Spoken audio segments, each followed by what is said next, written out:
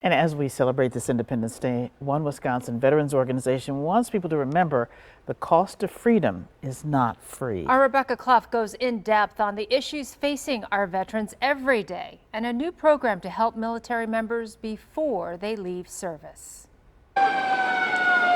As people celebrate the 4th of July with fireworks and barbecues, the Wisconsin Veterans Network hopes they also remember those who may be struggling because of the service they gave to this country. One thing that's always made me weary was looking into my veteran resources because of having anxiety dealing with the whole thing. And at the same time, my pride, I didn't really want to expose what I was going through. Jermaine Blackmon is a West Allis Army veteran. He left the military in 2008 and says when he started experiencing financial problems, he didn't know where to turn.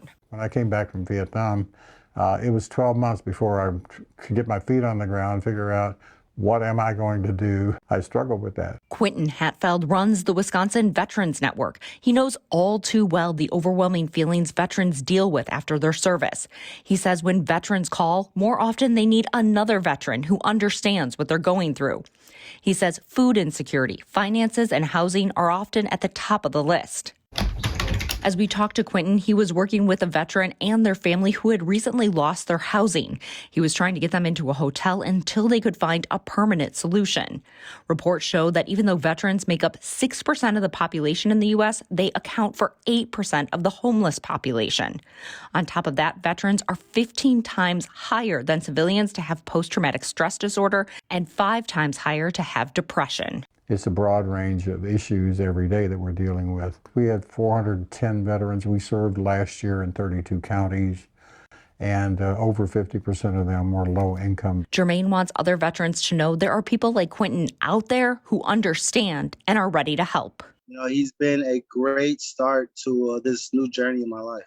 Besides helping veterans years after their military service ends, Wisconsin Veterans Network offers a new program that connects people just leaving the service with mentors and resources. We have a link to that program in this story on our website at tmj4.com. Reporting in West Allis, Rebecca Clough, TMJ4 News.